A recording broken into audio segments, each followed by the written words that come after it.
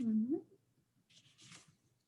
Okay, so thank you all so much for joining us today. I know a few more will be joining us throughout as the minutes go by. That's just the nature of our virtual culture these days, no problem at all. As you all know, or if you don't know, some of you who are not super active with our Leadership Collier Foundation or have not yet gone through a program yet, the mission of the Leadership Collier Foundation, which is a foundation of our Greater Naples Chamber, is to activate the potential of leaders in building a stronger Collier County. So the importance of civil discourse that goes along with so much of what our mission is, and we're so fortunate to spend some time talking about this really important issue today. I'd like to first start off by thanking our investors to the Leadership Collier Foundation that allow us to grow our work in building leadership and growing the next generation of talent that will be our leaders tomorrow. So with that, we have our Leadership League members. That would be Hallstatt, Arthrex, Jan and Kim Cantor, and Carl and Alice Sheffield. And then we have our talent champions, which would be the Naples Children and Education Foundation, otherwise known as NCEF, the Richard M. Schultz Family Foundation, Mary Beth's with us today, Farm City Barbecue, and Sunshine Ace Hardware's Big Green Egg Fest, of which we have many members with us today. And last but not least, I want to thank our sponsor for today's event, which is Sunshine Ace Hardware. Sunshine Ace is obviously, we all know, a tremendous community and business partner for the Leadership Collier Foundation, for the Chamber, and working to support cultivating economic opportunity for all. President Michael Wynn is a longtime supporter of the Greater Naples Chamber and the Leadership Collier Foundation, serving as past chairman for our chamber, past chairman for our foundation, and also a graduate of Leadership Collier, class of 2008. So I could spend probably 30 more minutes talking about Michael Wynn and his leadership in Collier County, why it's been so essential and appreciated, along with a tremendous list of awards and recognition that he has been rightfully recognized for. But I think all of you already know. So I'm going to keep it shorter and pass it to him to finish the rest. So Michael, thank you for being with us today. Thank you very much, Amanda, for those kind words. It's certainly our pleasure to sponsor this leadership lunch on a topic that I think is more relevant than ever, civil discourse. So I'm proud to say that the Leadership Collier Foundation has long promoted the tenets of civil discourse. And you may not realize this, but a video was actually produced a number of years ago promoting respectful advocacy as the best way to influence and engage on important community issues. In the last several years, we've had several different presentations on civil discourse and even some guest editorials on the topic. But I think we would all agree we need to do more. So the collaboration that exists between community leaders and key stakeholders is really a part of our heritage as a county. It's part of our culture. It's been passed down and is really a key element of our strength as a community. However, we can't take that for granted. We are not immune to the division that we see nationally. And we've watched over the last couple years as policy decisions at the city and the county have eroded into personal insults, heated exchanges. Talk to any of the council members and city or commissioners, they'll tell you about some of the threats that they've received directly. But too often we find people that are really more interested in talking at someone and what's really more of like a virtual monologue versus talking with someone to truly have a dialogue and broaden perspectives on important issues our community is facing. It's more of an emotional release for them and an effort than an effort to have a message really heard and understood. But when that happens, the messages on both sides are really lost. The only result is division, broken relationships, and ultimately a loss of trust that makes all future collaboration on important issues that much more difficult. And we simply can't allow that to be the future of Collier County. So what I'm excited about is that there are best practices that can be deployed in a community that can truly educate others on how to disagree without being disagreeable. I'm excited also that we have this foundation of leaders who are respected and can influence others to adopt those tenets of civil discourse.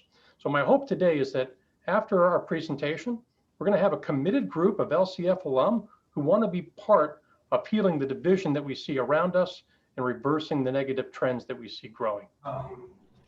So now it is my honor to be able to introduce our speaker for today's Leadership Lunch series, Liz Joyner. Liz is the CEO and founder of Village Square. Their organization is based in Tallahassee. They're committed to building the town hall of the 21st century across the partisan divide. And I love on their website, they even have a more colorful way of describing who they are as an organization, calling themselves a nervy bunch of liberals and conservatives that believe that disagreement and dialogue make for a good conversation, a good country, and a good time. The Village Square was named by retired US Senator Olympia Snowe as one of the 8 organizations to support if you're concerned about the deepening partisan divide. And the Village Square was also the recipient of the 2015 Statewide Impact Award from Leadership Florida, recognizing an organization that has created a body of work that can impact Florida as a whole. Liz was named by USA Today as an extraordinary American who is making our nation a better place.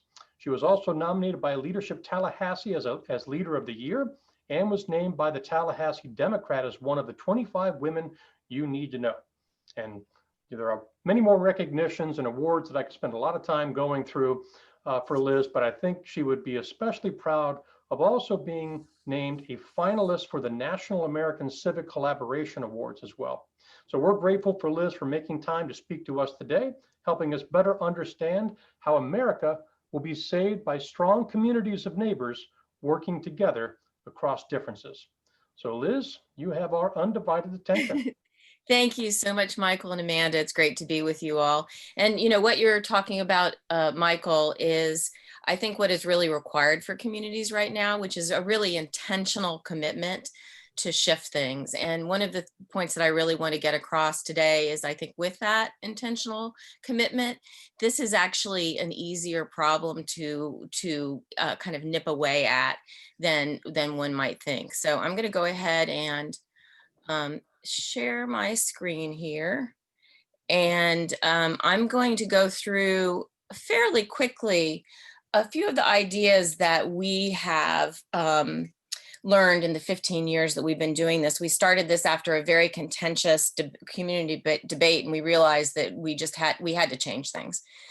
So my thesis and title is kind of nervy too, which is by gathering locally, hometowns can save America. I really do believe that to be true. And more importantly, they can save themselves. And I do think that that's a really important part right now is that we've, each hometown has to start looking at what is in front of them. And I'm going to start by saying just a few things about what we've learned about basic human nature in the decade and a half we've been doing this and studying this and experimenting. And then I'm going to talk a little bit about groups, and then I'm going to come around to what we do to make things different here in Tallahassee.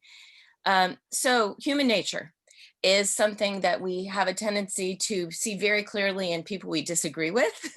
If you think of the things that you think are sort of typical of them, it's very often exactly typical of us too. And one of the things that's most important is that when we make decisions, we use motivated reasoning and confirmation bias. So we generally look for what we want to hear. I'll read my quote. People generally see what they look for and hear what they listen for, Harper Lee and To Kill a Mockingbird. So, in a really complex world, we can all see exactly that, right? Lots of things going around us. If we're looking to confirm what we already believe, we're going to find it. So that is just human. Additionally, one of our partners, Jonathan Haidt, who wrote the book, The Righteous Mind, Why Good People Are Divided by Religion and Politics, we've learned lots from John's work. And he describes what he calls a rationalist delusion, that we have a tendency to think that we're the rational ones, right? Our side is rational, or at the very least, I'm personally rational. And those other people out there, they're just completely irrational. But what is closer to the truth is that the way that and there's lots of good data behind this, the way that we make decisions is we have a lean towards a decision. We have an intuition about the way we want to go. And of course, our intuitions are supported by the people around us in the company that we keep. And that strategic reason follows. So very often, a good example is like any president's press secretary. They're not going to go out and say, well, let me see, what are the facts here? Their job is to basically sort of explain why whatever they had decided to say before at the beginning is real and true. So I think one of the important things is to sort of accept a couple of these things about how our reasoning is imperfect by ourselves. And I do want to point out, as someone who leans liberal, that I think sort of the pursuit of rationalism is something that's very central to liberalism at times. And I think that sometimes my fellow liberals believe that they're exempt from this, and in fact, not at all. So in some ways, it's we're not likely to be more rational, even if we think we're trying to pursue it. So people are part right and part blind, and that's all of us. Almost anything that you want to think about, I think that this graphic is useful if you've seen it before. Do you see an old woman or a young woman? So you can, both are in there. So the old woman her chin is there, her eyes are there, her nose is there. The young woman is looking away, her eyelash is there, and that is her chin. And so the truth is that, when we try to make decisions with kind of a limited perspective, almost always there's something that we're missing. So when you move on to human beings as a part of a group, it gets to be really messy. So in some ways, some of the challenges we're having are pretty predictable given the sort of the mega trends that are operating. So humans and groups. Basically we roll as tribes. We're pretty tribal, and that isn't derogatory. That's how we get a lot of the work done that we do. Humans cooperate with people who aren't related to them in a way that's wonderful and that's created civilization. But in the kind of environment we're in, our tribes have grown to be Manichaean, which is a battle between light and dark. And our side, whoever R is always the good side, and the other side is evil. So that's a pretty fraught environment to be operating in. So what happens to like-minded groups when they try to reason? They grow more extreme in the direction of the majority view. It's kind of a virtue signaling thing, right? Is that you want to be the best member of this group. And if the group all agrees on a certain premise or a certain set of premises, then everybody sort of falls all over each other to be the best member. And these groups become bad on facts to the point of denying factual reality. And I think we're starting to see that in our civic environment. This is inevitable. This is how groups work. Again, like 100-year of data that suggests and supports this. So, it used to be that this whole big mess that I've described essentially is controlled by having a king, right? And so you kind of hope you get a good king, and you hope you get a king who reasons well and has lots of smart people around them. But there were lots of problems with kings, and including, the occasional king that would behead numerous subjects. So part of, I think, one of the things we're not seeing right now, and is really important to see, is that we have forgotten the basic founding ideal of America in all this mash pit that we've got going here. Our framers, the things I just went through about humans and groups, our framers were spectacular students of human nature. They really understood what they were talking about and how they were going to design and conceptualize this really nervy idea they had. And as the framers, in many ways, as it started non-technologically, it is still true, in my opinion, that the best place that we can remember and live out this idea is in hometowns. So the basic idea is that diversity of opinion is what keeps us free. So if we have to make decisions, if we only have a group of people who completely agree with us, we're going to make terrible decisions. Because of the fact that we don't have anybody to see the other woman, to see into the blind spot, to see ideas that we don't see. And the whole thing about, avoiding the tyranny of the majority and the fact that you always have to have that balance, the checks and balances in government, and et cetera. So if we start thinking about the fact that our differences of opinion are not a bad thing, they are in fact the founding ideal of what we're doing here together. It's what makes us different. It's what's been a shining light across the world for 250 years almost. So in that conceptualization, essentially the town hall was born. So, back then it was geographic, right? It was like your fate it was around your neighbors, and it took a long time to get anywhere. So you hung out together, and in that town hall, there was a constant clashing of opinion, people disagreeing, people's fates being in each other's hands. You disagree, sometimes it gets ugly. But that is that's the basic ballast of American democracy. If you fast forward now, it's no wonder we're having these problems. Place-based civil society that existed at the beginning and for so many years now has weakened in the place of these national tribes. All of this division comes down from above and sits in our hometowns. And like-minded digital groups make it really easy to hang out with the people you agree with. And that's what humans are going to do. That's how we're going to roll. And so the conditions that allow us to reason together are actually absent right now, or too often absent, to the extent that community is being face-to-face community is being replaced. So to sort of stress, moral psychologists would tell us what works, and this is a really good database too. What works to decrease this polarization is positive interaction and superordinate goals. And positive interaction, is essentially that we need to be out there, we need to be doing things like what you're doing here today. And mixing it up with people who don't see it our way, seeing them as humans. And that comes really naturally. Humans are incredibly reciprocal. So that really does, it's easier than you think if you have a positive contact. And then superordinate goals can be super simple. And in fact, the truth is that what leadership organizations like you all do is exactly that, right? Is you'll get together and work on something together. It can be anything.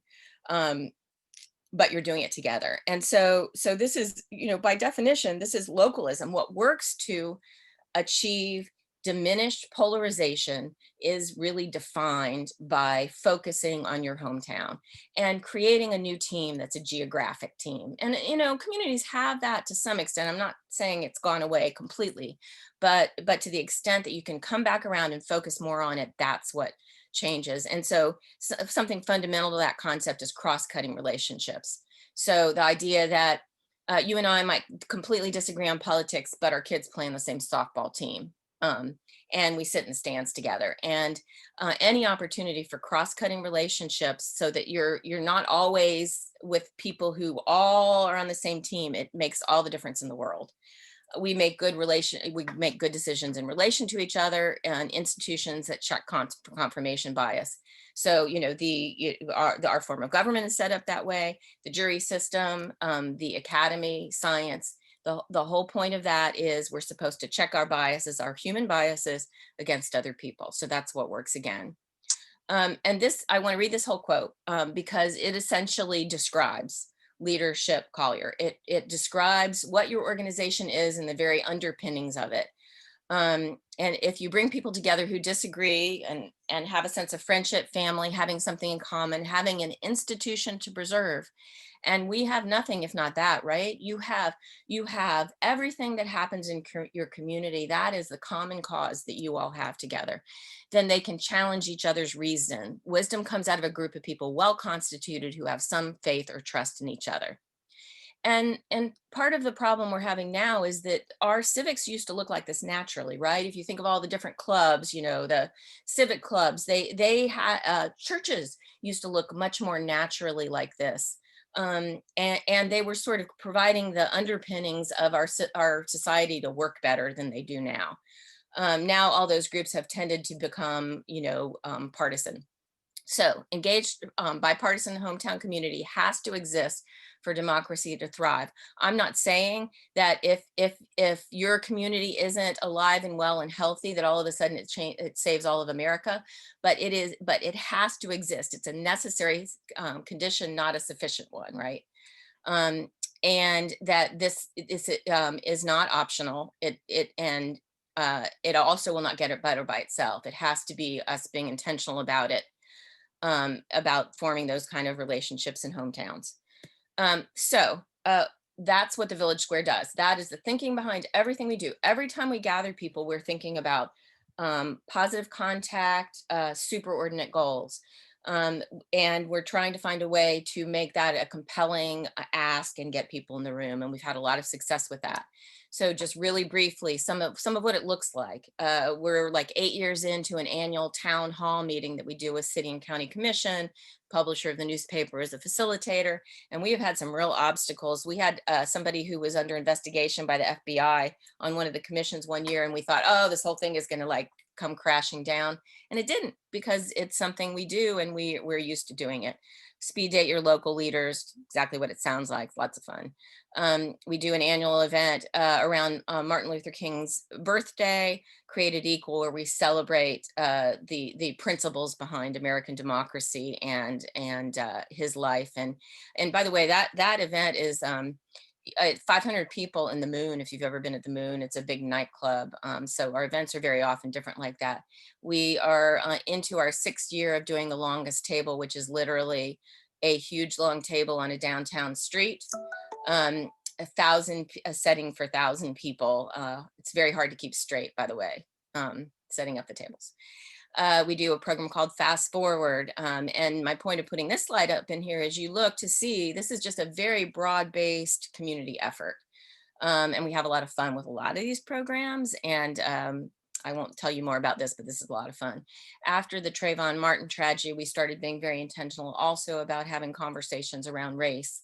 And that is our local color project, Gathering Across Color, Creed, and Ideology. And we gather in nightclubs. Again, if this is a little one where they have acts and they're on a little stage. We have a program called God Squad that we're about 11 years into that. And then actually our central program is Dinner at the Square. In many ways, it doesn't matter what you do. It just matters that you do, that you gather with people. And it doesn't have to be big gatherings either. It can be small gatherings. I'm going to say a word about that and some of the things you can do personally after we chat some more at the end. So a couple of things to stress. One is that this is about relationships. It's not about information or policy. The truth is we're not going to agree on policy a lot of times. So policy is going to be a compromise. People don't change their opinions on that, but they change their opinions very quickly about people once they have an opportunity to meet them and know them a little bit. Two is that the most essential part of this can only be solved in hometowns. It's not going to happen in Washington. And the communities that want to invest in this are really going to have a competitive advantage. You're going to have trust that doesn't exist elsewhere. And the cost of that lack of trust is enormous. And I think we're beginning to feel that. And finally, that polarization is easier to solve than you think it is if you're looking in the right place. And the right place is in hometowns, and the right people are with the people that you already know and who are your neighbors. So I'm going to pause right there. I'm going to go ahead and back out of my PowerPoint so that we can talk a little bit more with each other and stop sharing my screen if I can figure out how to do that. Can you stop sharing my screen, Amanda? I will try. I'm not sure why I'm not getting the right.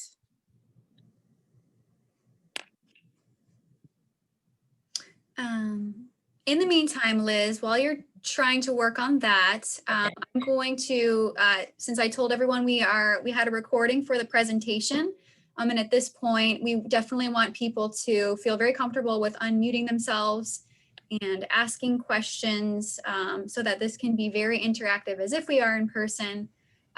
If we get to a point where there's just so many questions, I will definitely make sure that I'm controlling that. Just simply raise your hand and I know who all of you are. I'll call on you. But at this time, I'm going to stop recording. For anyone that's watching this in the future, thanks for joining us and have a great day.